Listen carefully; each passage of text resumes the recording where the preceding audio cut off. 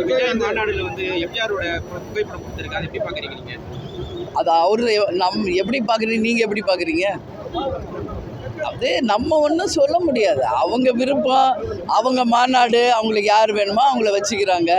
அதனால் அதை பற்றி எனக்கு எந்த கருத்தும் கிடையாது. எம்ஜிஆருக்கு அடுத்தபடியாக வந்து அண்ணன் விஜயகாந்த் அண்ணன் தான் அப்படின்னு சொல்லியிருக்காரு. அதை பற்றி என்ன? அதான் அவர் அண்ணன்னாரு, நாங்கள் தம்பின்னு சொல்லியிருக்கோம், அவ்வளோதான். அதனால் இது வந்து சினிமா துறையில் 17 வருஷத்துக்கு காலத்தில் கூட கூட்டணி அமைப்பு இல்லை, எது வார்த்தை சொன்னாலும் உடனே கூட்டணின்ற அர்த்தம் கிடையாது. நாங்கள் தான் சொல்லியிருக்கோம், ஜனவரி 9 மிகப்பெரிய மாநாடு நடத்த இருக்கிறோம். அந்த மாநாட்டில் தான் தேமுதிகவின் நிலைப்பாடு என்ன அப்படிங்கிறத நாங்கள் உறுதியாக சொல்ல இருக்கிறோம் என்பது சொல்கிறேன். புகைப்படம் வச்சிருக்காரு பெரியார் அண்ணா அப்படின்னு சொல்லிட்டு, இதுவரையிலும் அவர் வந்து மேடையில் வந்து அவங்கள பற்றி அவங்களோட கருத்தை வந்து சொல்கிறதே கிடையாது. அவரோட கோட்பாட வேண்டி தான் சொல்கிறாரு, இதோட அவரோட இதுவை பின்பற்றதே கிடையாது அப்படின்ற மாதிரி ஒரு கருத்து சொல்லியிருக்காங்க.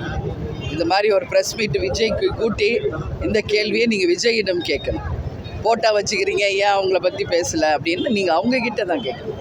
இது நான் பேசுகிறோம் என்னன்றதை நீங்கள் அப்போ கேள்வி கேட்டால் அது சரியான பதில் நான் சொல்ல முடியும். சரிங்களா? அதே மாதிரி சகோதரர் சீமான் சொல்லியிருக்காரு, ஏன் இப்போ வாய்ஸ் கொடுக்குறீங்க? தலைவர் கேப்டன் கட்சி ஆரம்பித்தார், அப்போல்லாம் சொல்ல அவர் உடல் நலம் சரியில்லாதப்போ அப்போல்லாம் சொல்லாதவர் ஏன் இப்போ கேப்டனை வந்து அண்ணன் விஜயகாந்த்னு சொல்கிறாரு அப்படின்னு அவர் எல்லா இடத்துலையும் பேசுகிறத நான் பார்த்தேன்.